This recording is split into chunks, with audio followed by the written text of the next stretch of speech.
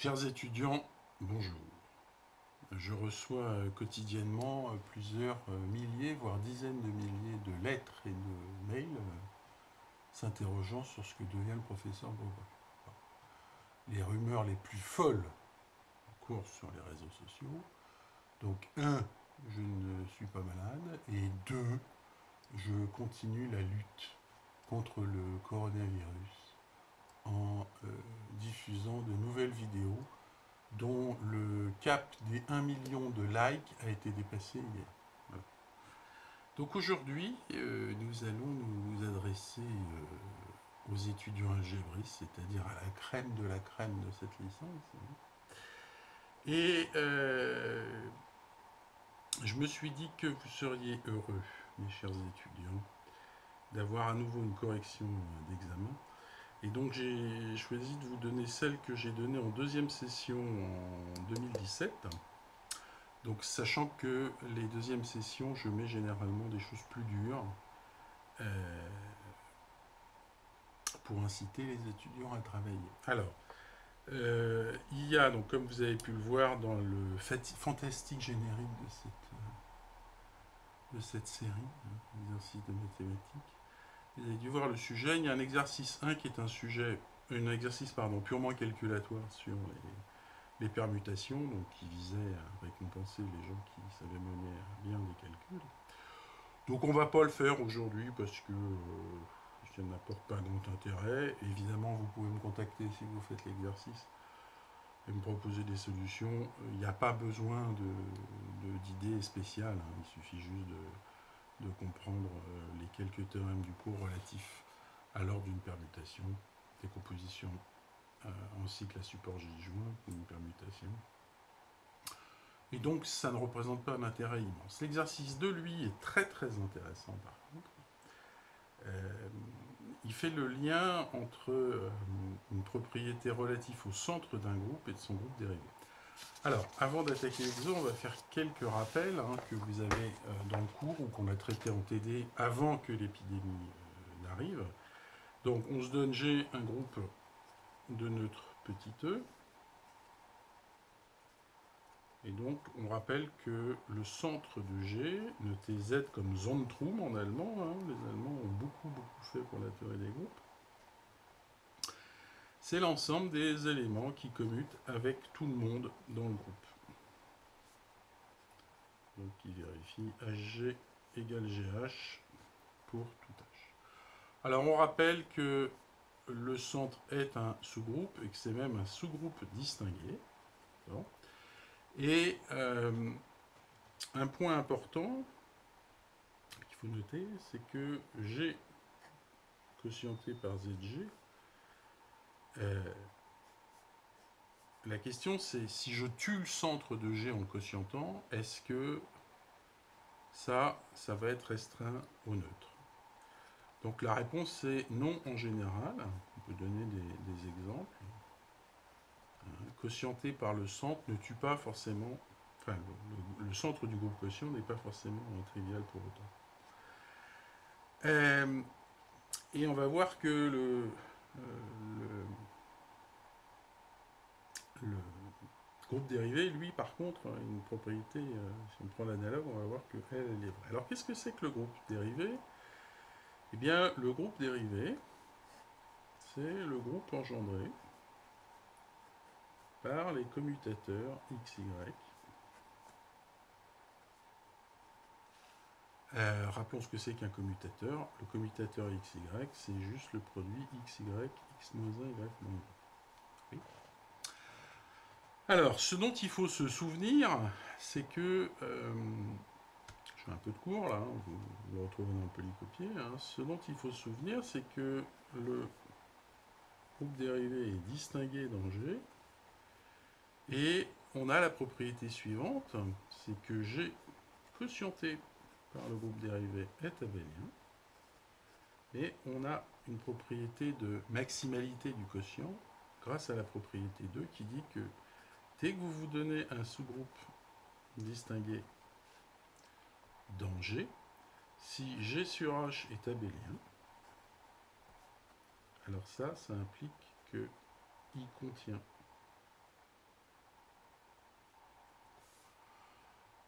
le groupe dérivé.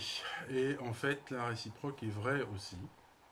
Et donc, de ce point de vue-là, cette propriété est extrêmement intéressante, puisque plus le groupe ici est gros, plus le quotient est petit. Et donc, vous voyez que le plus petit sous-groupe qui a cette propriété, c'est dg lui-même. Et donc, de ce point de vue, g sur dg, c'est le quotient abélien maximal. Voilà. Alors, je vous renvoie au cours pour ça. Ceci dit, dans l'exercice, on démontre les propriétés qui permettent de prouver ça. Voilà. Mais l'objet de l'exercice, c'est d'essayer de faire le lien entre la taille de sigma de g et la taille de dg.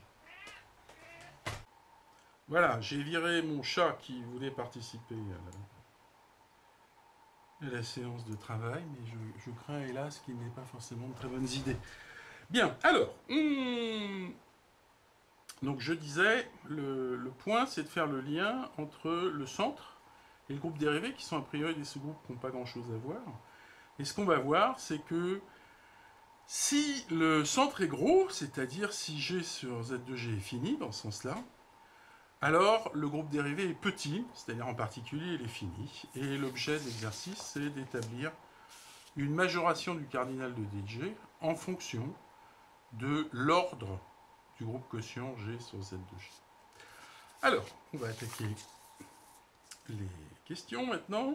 Donc, exercice 2. Alors, la première question, on appelle commutateur, etc. Ça, c'est ce que je viens de rappeler. Montrer que Z de G est un groupe, ce groupe distingué de G, je en joue à votre cours. Et donc, on va établir le lien qui existe entre commutateur et centralité. Donc, on vous demande de montrer que X appartient à Z de G est équivalent à des propriétés sur les commutateurs. Donc ça, c'est équivalent à dire que quel que soit Y appartient à G, eh bien, j'ai XY égale YX. Ce qui équivaut encore à dire que quel que soit Y appartient à G, XY, alors je multiplie par X-1, je multiplie par Y-1, égale E. Mais là, eh bien, vous voyez que apparaît exactement le commutateur XY. Bon, et comment est-ce que l'on fait pour... donc là, on a l'équivalence avec le petit 2i.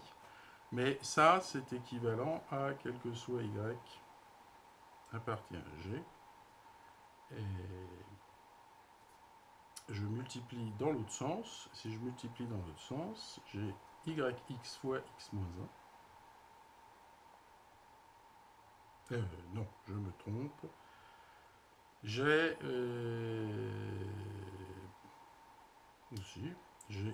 yx fois y-1, pardon, je multiplie par y-1 puis par x-1 égale E, mais ça équivaut à quel que soit y appartient à g, le commutateur de yx égale E. Bon, donc cette question 1b est assez facile. Maintenant, on passe à la question 1c. Donc ça, en fait, pour vous expliquer la conception du sujet, ce sont des lemmes techniques dont je vais avoir besoin pour la vraie question de cet exercice, qui est la question 2. Alors, on se donne xy appartient à g, et on se donne c, un élément central. Et on vous demande de calculer le commutateur cx par y. Donc ça, c'est cxy. Alors, cx-1, y-1, si je développe, ça me fait cxy, x-1, c-1, y-1. Mais maintenant, c est central, donc commute avec tout élément. Comme le centre est un groupe, bien c-1 l'est aussi. Donc, en faisant commuter c-1 par ces trois éléments-là, j'obtiens que c'est c-1, xy, x-1, y-1, c'est-à-dire rien d'autre que le commutateur xy. Et en jouant sur cette même propriété, donc là je viens de montrer que c de xy est égal à x de yc. Cette égalité est triviale puisque c commute avec x et est égal à xy. Et ensuite vous refaites la même chose pour montrer que ces deux commutateurs sont égaux à celui-là. Ok.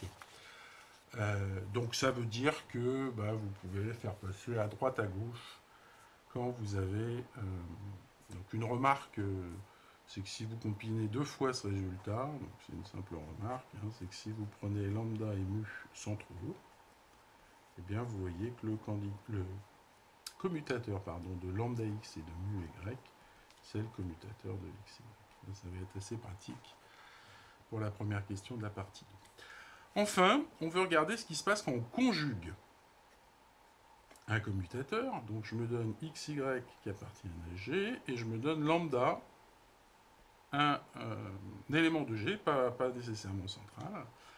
Et je vais regarder ce que c'est que le conjugué du commutateur xy. Et bien ça, par définition, c'est lambda moins 1 xy, x moins 1, y moins 1, lambda. Mais ce qui est très joli avec la conjugaison, c'est que ça, vous pouvez l'écrire lambda moins 1 x fois lambda moins 1, les deux lambda moins 1 se tuent ici, donc y, et puis vous multipliez par lambda, il faut retuer le lambda, donc lambda moins 1, x moins 1, je crois que vous avez compris l'astuce à chaque fois. Et le dernier qui se tue, bien vous voyez, on va retrouver celui-là ici. Pardon. Et donc vous voyez ici que eh bien, vous avez un commutateur, sachant que ça et ça, ce n'est rien d'autre que lambda moins 1 x, lambda puissance moins 1. Il suffit de développer en commutant le produit des inverses. Et donc ça, c'est lambda moins 1 y, lambda moins 1. Et donc vous voyez effectivement apparaître le commutateur lambda moins 1 x, lambda moins 1 y. Bon, si vous voulez aller un petit peu plus loin, c'est une remarque intéressante, c'est que si vous prenez sigma, un automorphisme de G, oui, eh bien vous voyez que sigma du commutateur, xy, c'est donc sigma de xy, x moins 1, y moins 1, eh bien, puisque c'est un morphisme, un automorphisme en particulier c'est un morphisme, et vous savez que l'image d'un morphisme, l'image de l'inverse d'un morphisme, c'est l'inverse de l'image. Donc ça, c'est sigma moins 1, sigma de y moins 1. Et ça, bah, vous voyez apparaître le commutateur. C'est-à-dire, d'ailleurs, vous remarquez qu'ici, je n'ai pas utilisé la qualité d'automorphisme. Donc en fait, on peut même aller un petit peu plus loin dans le résultat. Hein. Si je prends un homomorphisme de G, un endomorphisme, end de G, donc un morphisme de G dans lui-même, et bien vous voyez que l'image par sigma du commutateur, ce n'est rien d'autre que le commutateur de sigma. C'est-à-dire que les commutateurs sont stables par tous les endomorphismes.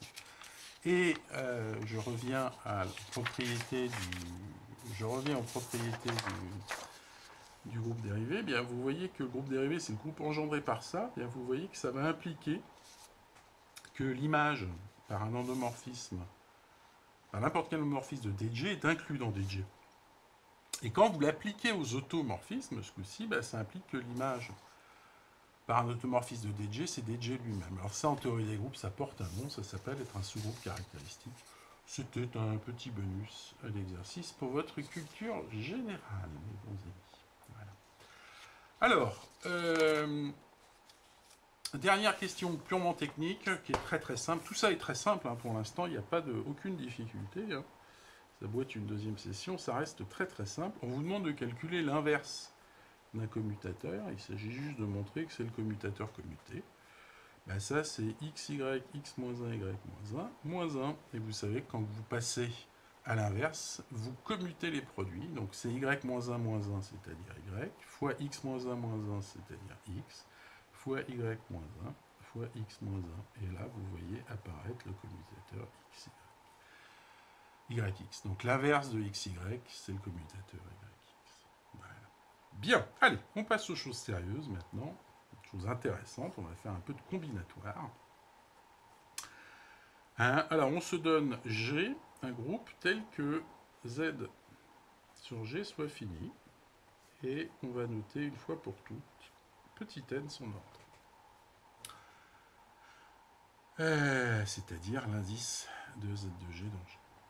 Et on se propose dans cette question de montrer que sous cette hypothèse, le groupe dj est un sous-groupe fini. Alors évidemment, si G est fini, dj est fini, donc l'intérêt de cette propriété, c'est quand G est infini. Ceci dit, même quand G est fini, on va voir que la dernière question donne un majorant de l'ordre, donc c'est quand même relativement intéressant, même dans le cas des...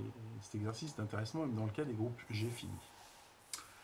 Ok, alors, en utilisant la question 1C, montrer que l'ensemble des commutateurs de G est un ensemble fini et que son cardinal est majoré par n carré, où n désigne l'ordre de n. Alors on va faire un tout petit rappel, rappel de théorie des ensembles, sur la notion de classe de représentants.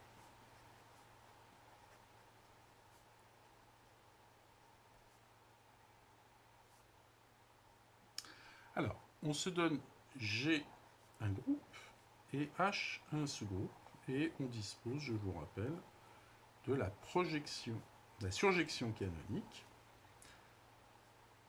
qui a un petit élément G associe la classe modulo H de G.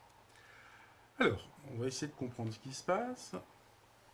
Alors, c'est une surjection par définition de ce qu'est l'ensemble quotient. Donc, ici, j'ai ma fonction, ma surjection pi. Ici, j'ai mes éléments. Et ici, j'ai tous les éléments de G. Bien. Ce que je regarde, c'est ce qu'on appelle la fibre en un point de pi, c'est-à-dire je regarde l'image réciproque. Si je prends un x bar ici, je regarde l'image réciproque de la partie singleton de x bar. C'est-à-dire je regarde tous les éléments qui s'envoient sur x bar. Ça me donne un sous-ensemble. Et puis je fais ça pour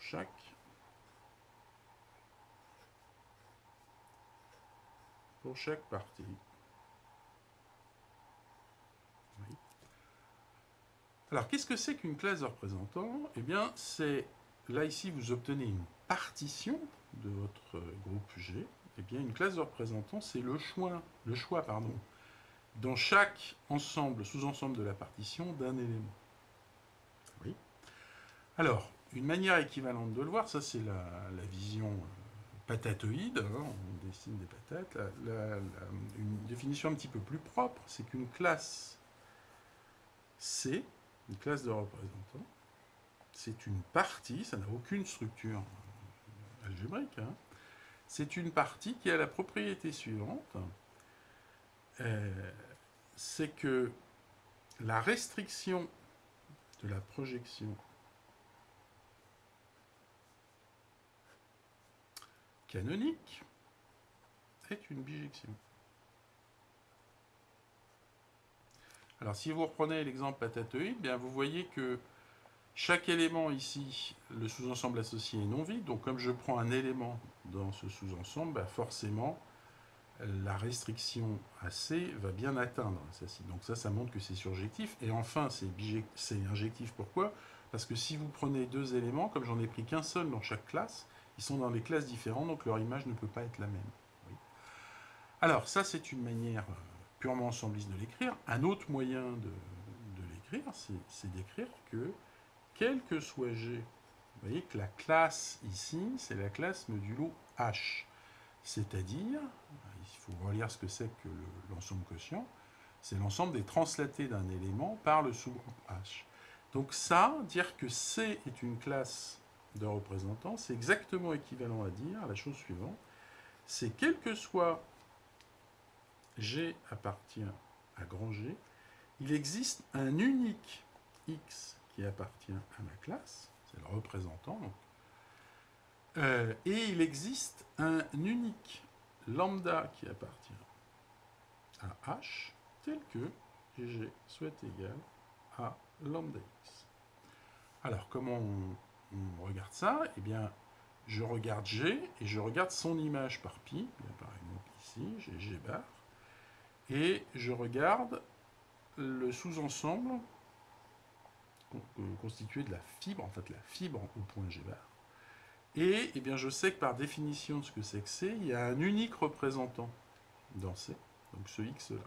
Mais si je fais le produit x, g-1, je vois que son image tombe sur le neutre. Donc x, g-1 va, ou plutôt g, x-1, va être un élément du groupe H, d'où l'existence de lambda. Il ne peut pas en exister plusieurs pour des raisons évidentes. Bien, donc voilà ce que c'est qu'une classe de représentants. Oui. Alors, un point, c'est que si... donc là, on revient à notre groupe. Je vais noter C, une classe de représentants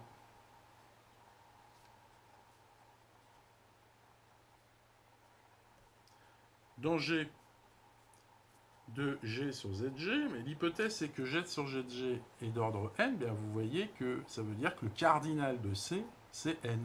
C'est-à-dire que C, je vais pouvoir l'écrire sous la forme A1, A2, etc. jusqu'à AN.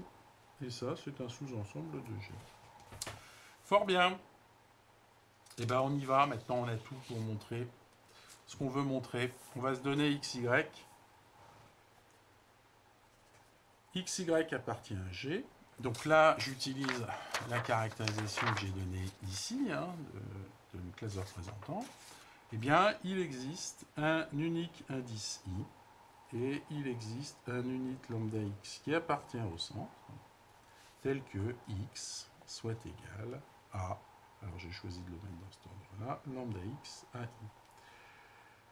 Et ben, je peux faire la même chose pour Y. J'ai Y qui est égal à lambda Y à J. Bon, mais maintenant, si j'étudie le commutateur XY, eh bien, ce n'est rien d'autre, enfin, c'est très précisément celui-là. Mais à cause de la question 1C, à cause de la question 1C, bien, vous voyez que ça, c'est très précisément le commutateur AI-J. Et donc, qu'est-ce que vous venez de montrer? Eh bien, vous venez de montrer que, quel que soit XY appartient à G, il existe IJ, des indices, tels que le commutateur de XY, ce soit le commutateur sur les éléments AIJ. Donc, tous les commutateurs sont de cette forme-là. Seulement, combien y a-t-il de commutateurs de cette forme-là? Bien, il y a n choix possibles ici, et il y a n choix possibles là. Donc, des commutateurs AIJ pour les indices IJ égale 1 jusqu'à n. Il y en a au plus n carré. Alors, pourquoi c'est pas précisément égal? Eh bien, parce que vous pourriez très bien avoir des indices différents ici, mais tel que le commutateur soit le même. Ça, vous ne pouvez pas le prévoir. Donc vous avez juste un majoran du nombre de commutateurs de cette forme-là. Or, on vient de montrer que l'ensemble des commutateurs, c'était précisément cet ensemble-là. Voilà, ce qui montre la question 2. Alors, on arrive maintenant à la question 2b. Donc c'est celle-là qui est magnifique, et qui va demander un peu de soin, notamment rédactionnel. Voilà, c'est pour ce genre de questions que tout d'un coup la beauté des mathématiques apparaît. On est très loin vous savez quelle est mon opinion de certaines pseudo-mathématiques. Mais voilà, je ne m'étends pas, bien qu'on pourrait en dire beaucoup. Là, on va voir quelque chose de très très beau.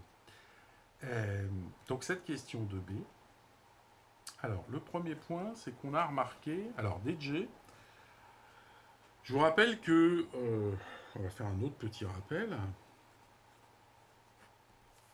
Si vous prenez A une partie d'un groupe, je vous rappelle que le sous-groupe engendré par A, il peut être très précisément décrit comme l'ensemble des produits A1, AK,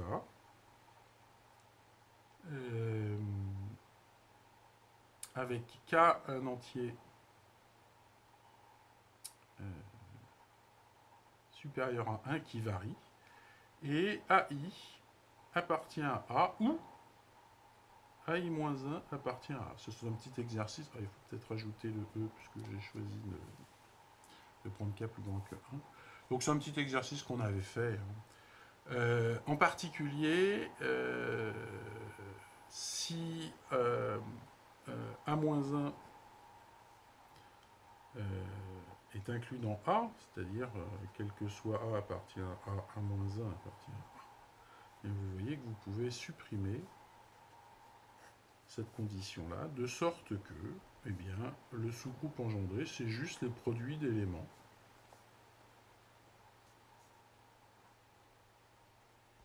Éléments de A.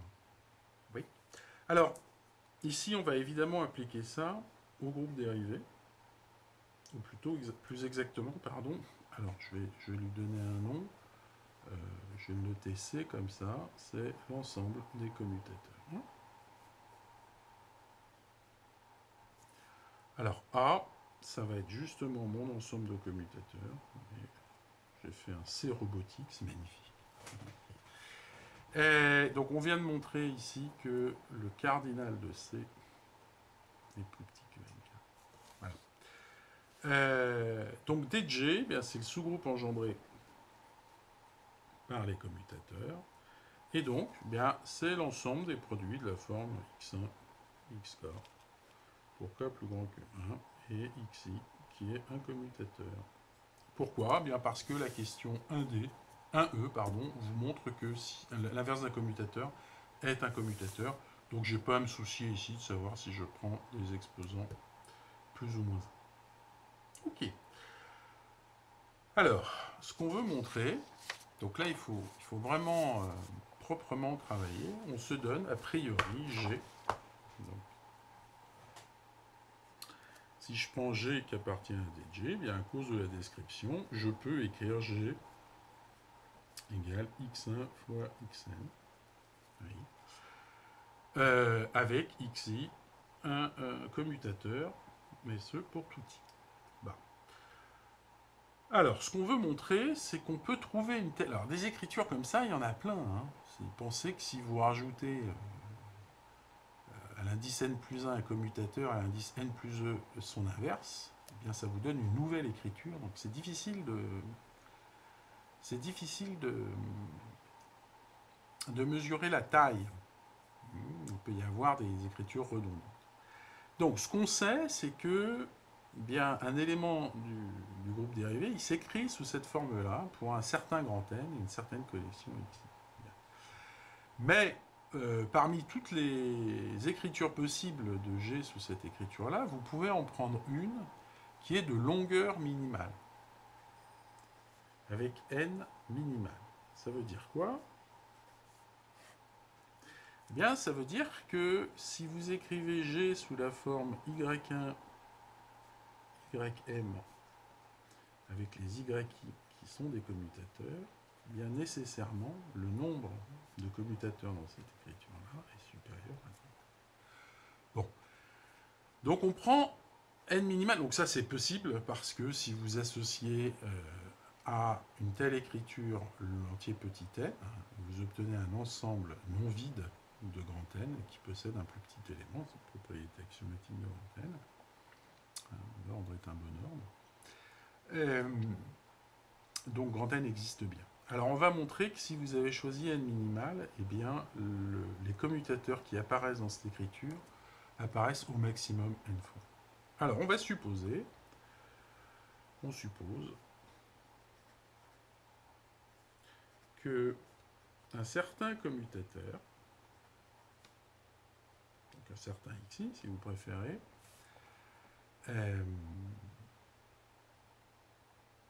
apparaît n plus une fois dans cette écriture. Oui. Alors, première chose à faire, bien, j'ai xi moins 1, j'ai xi plus 1, jusqu'à x grand n. Alors l'idée, ça va être de... Donc là, j'enlève le i, hein, c'est x. L'idée, ça va être de décaler x pour le ramener ici. Et comment décale-t-on ça? Bien, c'est juste la remarque suivante. C'est que si vous avez t fois x, où t est un commutateur, eh bien ça, oui, ça c'est x fois x moins 1, tx. Oui. Mais ça, si je note ça t', c'est x t'. Or, ce que vous avez montré à la question petite 1D, c'est que x-1 fois un commutateur fois x est un commutateur.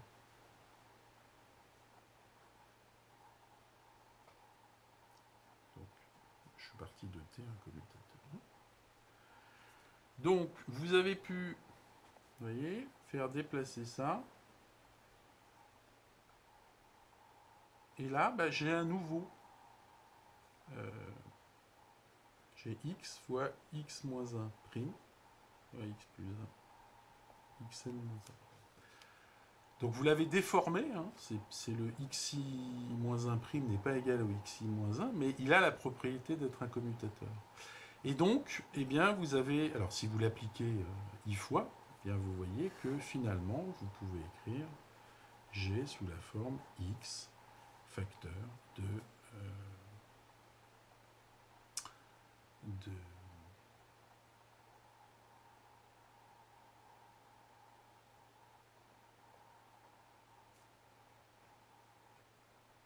un certain nombre. Alors le certain nombre, ça va être important pour la suite. Vous n'avez pas changé le nombre quand vous avez commenté.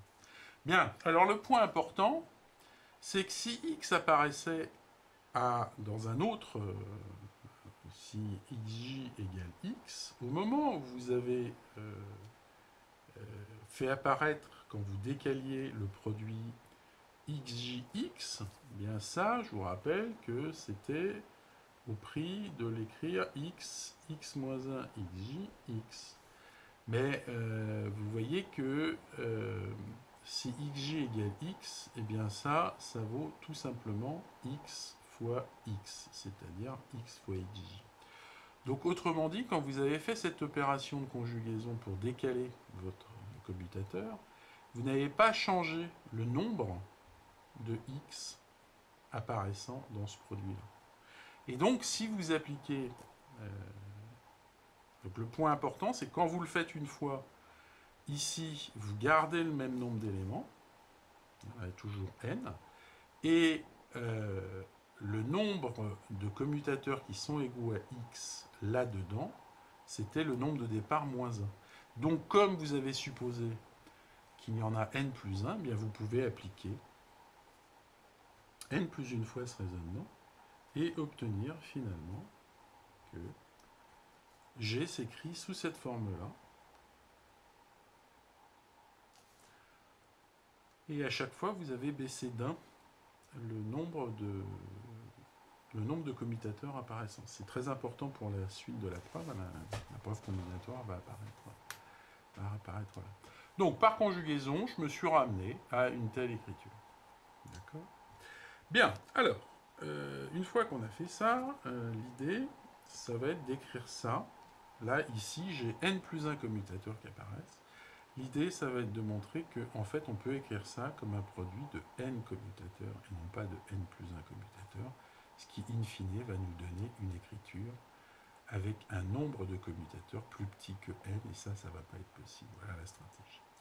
Donc, tout repose dans, on lit l'indication, il s'agit de montrer que xy à la puissance n plus 1, c'est xy carré fois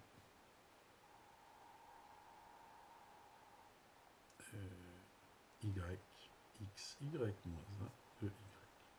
Alors il faut comprendre ce que c'est que ce commutateur-là.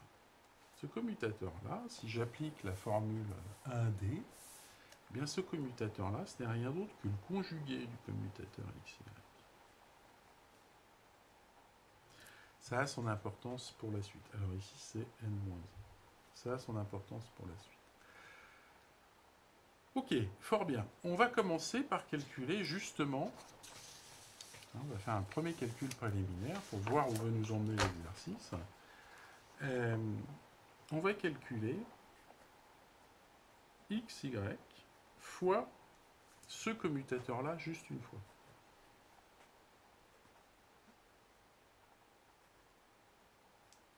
Une seule fois.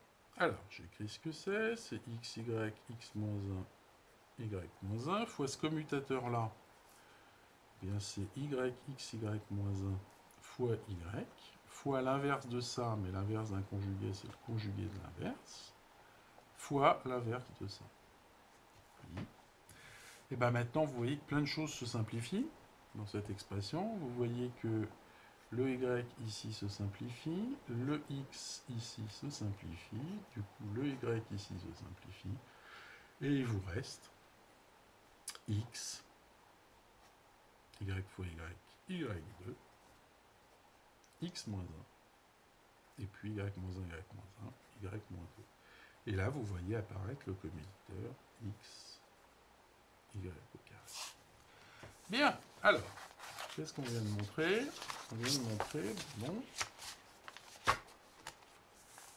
on vient donc de montrer que ce commutateur-là, c'est ce commutateur-là. Et en fait, l'astuce, ça va être de multiplier par ce commutateur à la puissance n-1. Donc je multiplie par y, x, y moins 1, virgule y, à la puissance n-1. Et bien ça va donc être xy de yx, y moins 1, y. Comme je multiplie par n-1, mais que j'ai déjà un élément ici, ça va me faire à la puissance n. C'est là que le miracle de la science se produit. Je viens de vous faire remarquer que ce commutateur, c'est le conjugué du commutateur. C'est-à-dire que ça, c'est y commutateur de xy, y moins 1, à la puissance n. Oui. Mais ça, c'est y commutateur de xy à la puissance n, y moins 1. Alors, arrivé là, on va montrer que ça, c'est précisément le commutateur. C'est que la conjugaison est triviale. Alors, on va faire un petit rappel. Donc, je me donne toujours h, enfin un petit rappel, un petit lemme qui est vraiment bien pratique pour manipuler les groupes quotients. Je me donne h, un sous-groupe distingué de G, et je suppose que l'ordre du groupe quotient, c'est petit m. Donc c'est fini. Bien. Alors, qu'est-ce que... Je vais me donner un G, à partir d'un G. Oui. Et qu'est-ce que je peux dire de G bar? Bien, G bar est un élément de G sur H. Eh bien, le théorème de Lagrange vous dit que, puisque n c'est l'ordre de G sur H, vous dit que G bar à la puissance n, c'est E bar. Oui. Mais ça, c'est exactement dire que G puissance n bar, c'est E bar. C'est-à-dire G puissance n appartient à H. Et donc, vous venez de montrer la chose suivante, ce petit raisonnement élémentaire, qui est une conséquence de Lagrange, c'est que si un groupe quotient est d'ordre n, eh bien, quel que soit G, un élément du groupe, G puissance n appartient au sous-groupe H. Alors ça, c'est la dernière clé qui nous manquait pour conclure. C'est que, je vous rappelle que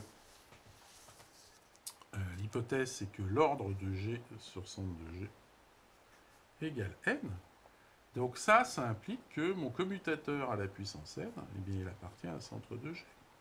Mais s'il appartient à un centre de G, il commute avec Y. Oui. Et donc, du coup, eh bien, on voit que xy à la puissance n, y moins 1, est égal à xy puissance n. Et donc, du coup, eh bien, cette chose ici n'était rien d'autre que xy à la puissance n. Et donc, on en déduit bien la formule que x plus 1 à la puissance n plus 1, c'est xy carré fois yxy moins 1y à la puissance n moins 1. Et maintenant, si vous reprenez votre écriture, eh bien G, vous l'avez écrit sous la forme un commutateur, xy2, fois n-1 commutateur, un produit de n-1 commutateur, fois x'1 jusqu'à x', n moins n plus 1. Oui. Mais ici, ben, ça me fait 1 commutateur. Ici, ça m'en fait n moins 1. Et ici, j'en ai n moins n plus 1. Donc quand je fais la somme, eh bien ici, j'ai exactement n moins 1 commutateurs. Ce qui, évidemment, va rendre impossible l'hypothèse que n avait été choisi minimal pour cette. Bien, et bien maintenant, il ne reste plus qu'à faire un raisonnement très bête. On vient de montrer que eh bien, vous pouvez toujours écrire un élément du groupe dérivé comme produit de commutateur où chaque commutateur apparaît au plus n fois. Oui. Bien, ben, ça veut dire que si vous considérez l'ensemble des produits x1 xn carré, xn cube, pardon,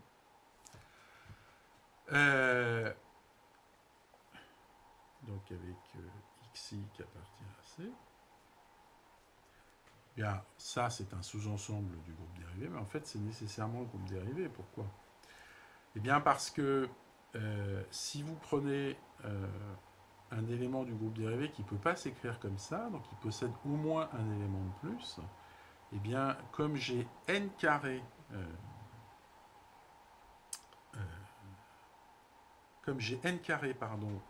commutateur, c'est ce que j'ai montré à la question, ou plus n carré commutateur, eh bien, vous voyez que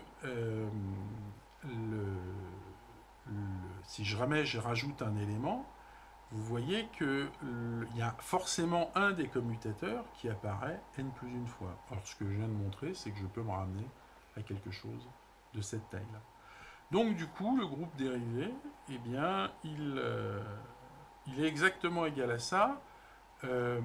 Notez que dans les commutateurs, vous avez le commutateur trivial x, c'est-à-dire qu'ici, vous pouvez avoir plein de fois e.